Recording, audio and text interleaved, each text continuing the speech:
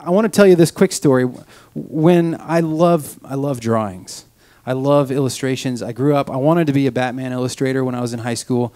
I had every intention to go to Savannah College of Art and Design and pencil for DC Comics. That was my dream in high school. And then around the 9th or the 10th grade, I realized that girls were more impressed by guitar players than Batman comic book illustrators. And so I abandoned comics and I picked up the guitar, and that led me to Nashville and a music career. And so, but all of this time I've loved stories, and I love walking through the young adult section or the sci-fi fantasy section of a bookstore and seeing all of the spines and all of the covers and all the little worlds that are represented in these pictures. And it gives me these it gives me butterflies when I see a certain kind of picture or read a certain kind of story. And so pictures and drawings have always excited me. And with this last book, I thought, man, I really want to fill it with as many drawings as I can. I really want to make this book, the actual object, to be something that is really beautiful, something that you would enjoy holding in your hands. And so that made me think of my friend Joe Sutphin, who I had only met in passing. He lives in Ohio. Somebody online said, "Hey, Andrew, I listened to your music. Here's a guy who I think maybe goes to my church, and he's a great illustrator. You should check him out." So I went to his website and loved what I saw, and sent him a Facebook message, and we kind of got to be Facebook friends.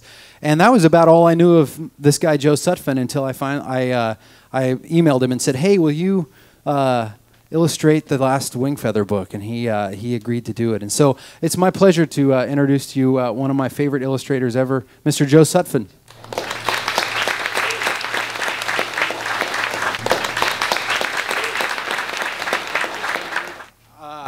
Joe's brought his portfolio, and he's going to show you some of his drawings, but I have a portfolio of other Wingfeather stuff, but I left it in the back, so I'm going to get it. Hi, everybody.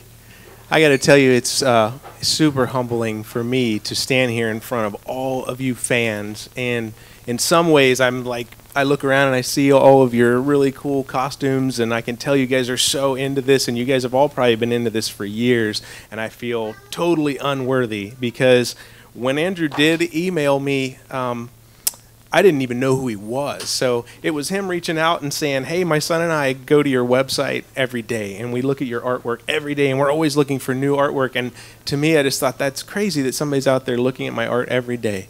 And so we kind of became buddies, and we were texting, and one day he just said, "When I start writing this book, I would love for you to do a map." And it just started with a map, and I thought that would be really cool, but my wife and I were kind of talking about it, and I was saying, I'm in between projects, I don't have anything going on. I would love to give Andrew a chance to do something really special with this book that, maybe if he doesn't even have the budget for it, I thought, let's just do something really cool with the book. So we talked about it, and Andrew was all for it, and so we thought, maybe we'll do 6 drawings or something. And then he came up with this big idea with his brother that they were going to put this Kickstarter campaign together.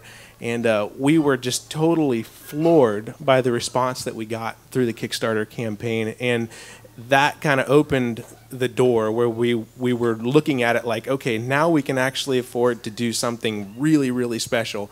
And I don't even know if Andrew in the beginning or if either of us knew how much we were going to put into this book illustration-wise, but I think for me, I was thinking in terms of a fan. If I was a fan of this book, I was thinking of how you've had all these books where the budget was limited and you guys were very limited on what you got to visually see, and I'm a very visual person, and I love I'm always wanting to turn the page and find that next drawing. So I was thinking in terms of how you guys would be, but at the same time, that opened something totally new in my head where I'm thinking, I've got all of these fans of his book that all have their own picture in their mind, and they already know and have known for 3 books now what that character looks like. They know what Calmer looks like in their head. They know what Lily looks like in their head.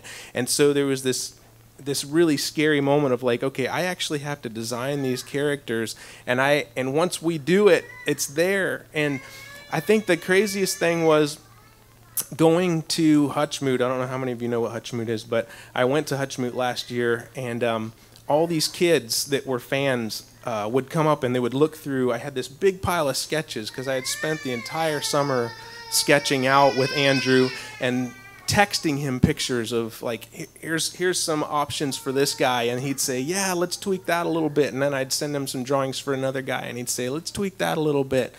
So I had this big stack, and these little kids are coming past, and they're flipping through it, and they're saying, oh, that's so-and-so, and oh, that's so-and-so, and I didn't have names written on the sketches. And so to see that kids who had been, you know, getting this story read to them, or they were reading the story themselves, were looking at my art, and they were seeing the characters. And, you know, me not being a fan coming in, I went through a crash course of like 3 months in a summer where I had to cram all 3 books in as quick as I could. And, sorry, we got a disturbance in the back.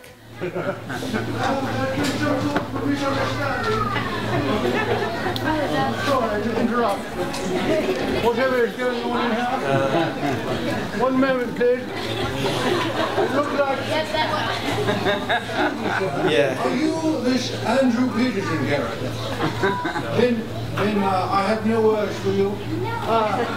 Is he here? And he was. Okay, I don't want him to be here because I need to explain something to all of you. Can you hear me? Andrew Peterson did not write a word of these books. He's a liar, he's an impostor and a fraud. Do not trust a word that man says. He plays his little guitar, he stands on his stage and cries his little tears, but he's a liar. I tell you, he moved into town just a few doors down from my house. I said, hello, my name is Oscar Nosotip, and I shared with him the treasure of my heart, a manuscript that I've been working on for a decade. He came and he looked, he perused it. He said, oh, this is lovely. Have you published it? I said, oh, no, I have not published it yet. It's not finished, you see. And so next thing you know, I see things online. I see all these people dressed up. It's not right, I tell you. And yet it brings me great joy indeed to see that this story that I wrote, not Andrew Peterson, that I wrote, had brought so much joy to these little people here. And there are also some Oscar Nosotips in the room, are there not? Are there any people dressed up as myself here? Anyone? Would you raise your hand?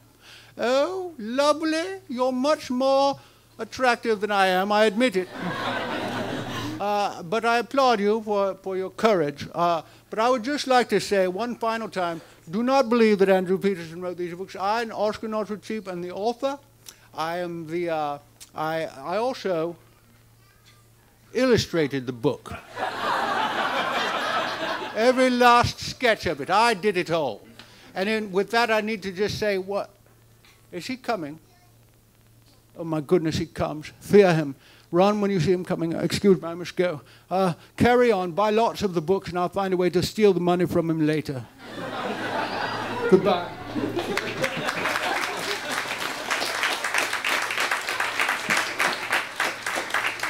Sorry. Okay. I promise I did not lie about anything I said up until that guy came up here. I really did draw pictures in this book. Anyway, wherever I was at with that story, I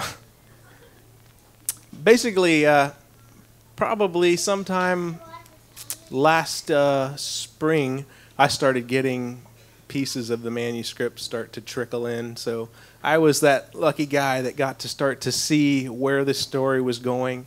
And I, newly converted fan of the series at that point. I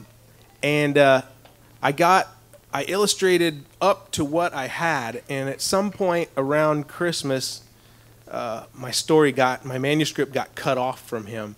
And I won't give anything away, but there's a point where Lily's looking out a window and she's terrified by what she sees, and the manuscript stopped. And I didn't get another piece of it for like over a month, maybe 2 months. And so that was like there was like this point, and if any of you know what I'm talking about, I was just stuck there. Like, what is she looking at? What's so terrifying? Where are we going with this? And so I would just pester him, and he would just be like, oh, it's not ready yet. There's just so much I need to change and so much I need to edit. And finally I got it from him, and we started really digging in. And I like a lot of classic illustration. I like, stuff, I'm a big Garth Williams fan. If any of you know who Garth Williams is, he did Stuart Little, Charlotte's Web. And I was a huge fan of his, huge fan of like Arthur Rackham. He did a lot of stuff ages and ages ago. So it's like, you got your inkwell and your old-fashioned dip pen with a little quill on the end, and you just dip it in, and then you scratch away at your paper with these tiny little black lines, and it does strain your eyeballs after a while.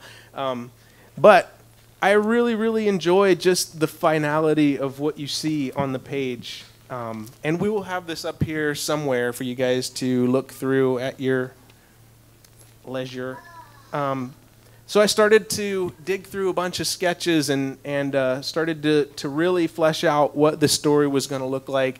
And when I knew that Andrew was, pumped and happy about what he was seeing, we started to ink everything. And before we knew it, deadline started to really pound down on us, and we needed to get it done because we knew so many people out there were just begging for this to see how it finally ended. And I found my book.